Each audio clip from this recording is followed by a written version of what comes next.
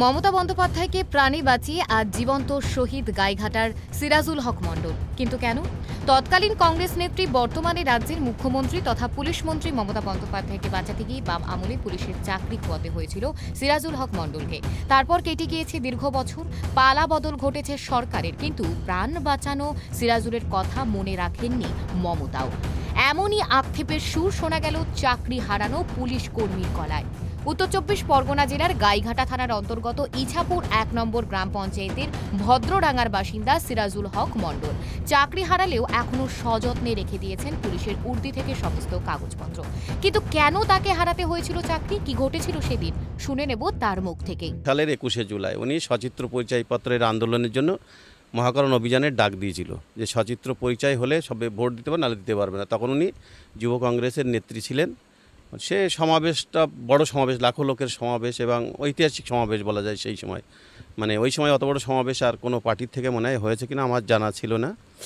যাই হোক, উনি সেই আন্দোলনের ডাক দিয়েছিল।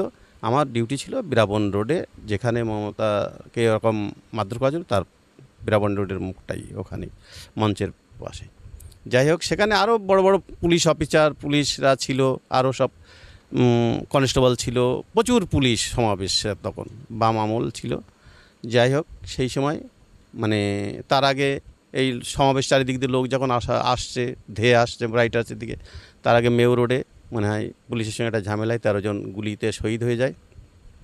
এই খবর শুনে মমতা বন্দ্যোপাধ্যায় মানে হন্তদন্ত হয়ে বিধ্বস্ত অবস্থায় মানে রাইটার্সের সামনে ওখানে চলে আসে, বীরাবন রোডের মুখটার ওখানে। আসার পরে উনি সৌগতবাবুই ওনার সঙ্গে ছিল, রেণুকা মণ্ডল ছিল, আরও সবাই ছিল। মতো অবস্থায় উনি আসার পরে খুব ক্লান্ত লাগছিল ওনাকে। তারপরে কিছু সময়ের মধ্যেই আসার মিনিট ২-৩ মধ্যেই মানে যুগ্ম নগরপাল দীনেশ বাজপেয়ী ওখানে এসে হাজির হয় ওনার কিছু পুলিশ কর্মী সাথীকে নিয়ে। এসেই নেমেই একটা অকথ্য ভাষায় গালাগালি দিয়ে বলে, মারো বেটিকে খতম করে দাও। সেই ভাষাটা বলা যাবে না, সে যাই হোক সেই ভাষায় বলে লাঠি ওনার ওপর লাঠিচার্জ শুরু হয়। রেণুকা মণ্ডল ঠেকাতে গেলে ওনাকে ঠেলে ফেলে দেয়। সৌগতবাবু তো আগলে ধরে প্রচুর লাঠির বাড়ি উনি খায়। তারপর ওনাকে যখন লাঠির বাড়ি মারা হয়, তখন যখন মাথায় পড়ে তখন ঝরঝর করে রক্ত পড়ে। তার আগে সার্জেন্ট প্রদীপ সরকার। এরপরেই পুলিশের ঊর্ধ্বতন কর্তার বিরুদ্ধে যাওয়ায় ৩ বছর ধরে চলা মানসিক অত্যাচার শেষে ১৯৯৭ সালে চাকরি থেকে বরখাস্ত করা হয় সিরাজুলকে। বেশ কিছুদিন চলে আদালতে দড়ি টানাটানি এবং বিভিন্ন দপ্তরে দপ্তরে চাকরি ফিরিয়ে পাওয়ার দরবার। অবশেষে টাকার অভাবে আদালতের দরজায় যাওয়া বন্ধ করে দেন চাকরি হারানো সিরাজুল।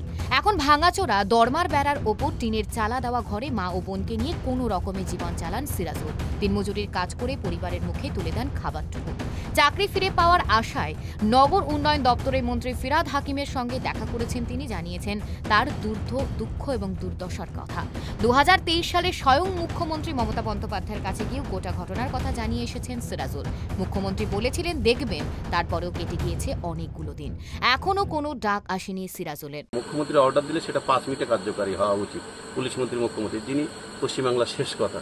কিন্তু সেই চাকরি ২৩ সালের ২৫শে জুলাই থেকে আজকে হচ্ছে তোমার ২০২৫-এর ১১ই জুলাই, এখনো পর্যন্ত আমি চাকরি। এর মধ্যে কতবার যোগাযোগ ছিল, কালীঘাটে ফোন করেছি, কালীঘাটে গেছি, বহু নেতা মন্ত্রীদের সঙ্গে যোগাযোগ করি। রিসেন্টলি আমি উনি ফেয়ার অয়েল অফিস করেছে লাল মানে বডিগার্ডে, যেখানে আমি পোস্টিং ছিলাম প্রথমে, সেখানেও গেছি। শান্তনু সিনহা প্লাস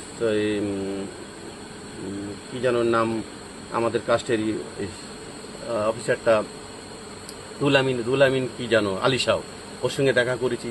ওরা আমাকে বললো এই তো মাসখানি আগেই মনে হয়, বললো কোনো রকম কোনো সুরা। আমি বললাম যে আমার এটা কেন হচ্ছে না, কী ব্যাপার, শুধু আমি সেইটা জানতে চাই দিদির কাছে, সেটা আমাকে জেনে একটু জানান আপনারা। ওনারা কোনো কিছু জানাতে পারিনি আজও। কি চাইছেন? আমি কি চাইবো, আমার প্রাপ্য চাকরি, যার জন্য চাকরি চলে গেছে। আমি তো জীবন তো শহীদ হয়ে আছি। ২১শে জুলাই করে উনি পালন করে, কিন্তু ২১শে জুলাইয়ের কিন্তু আমাদেরকে ডাকায় না। যারা ওনার জন্য করেছে, নির্মলবাবু, আমি, প্রদীপ সরকার, যারা ওনার বাঁচানোর জন্য এত কিছু লড়েছি, তাদেরকে একবার কাউর ডাকা হয় না। কারণটা কি, সেটাই তো আমি জানতে চাই। আমরা তো জীবন শহীদ হয়ে ফিরে পাচ্ছি ওনাকে বাঁচিয়ে। শহীদ দিবসের আগে তাই চাকরি ফিরে পাওয়ার আশায় আরও একবার আক্ষেপের সুর শোনা গেল মমতাকে বাঁচিয়ে চাকরি হারানো সিরাজুলের গলায়। নিজেকে জীবন্ত শহীদ আখ্যা দেওয়া সিরাজুল হক মণ্ডল সহ তার অসুস্থ বৃদ্ধ মা আজও আশায় দিন কাটাচ্ছেন। এখনও বিশ্বাস করেন মমতা বন্দ্যোপাধ্যায়ের হাত ধরে আবারও ফিরে পেতে পারেন চাকরি। সেই আশাতেই দিন গুজরান করছেন সিরাজুল। উত্তর ২৪ পরগনা থেকে তন্ময় কুণ্ডুর রিপোর্ট, ট্রাইব টিভি বাংলা।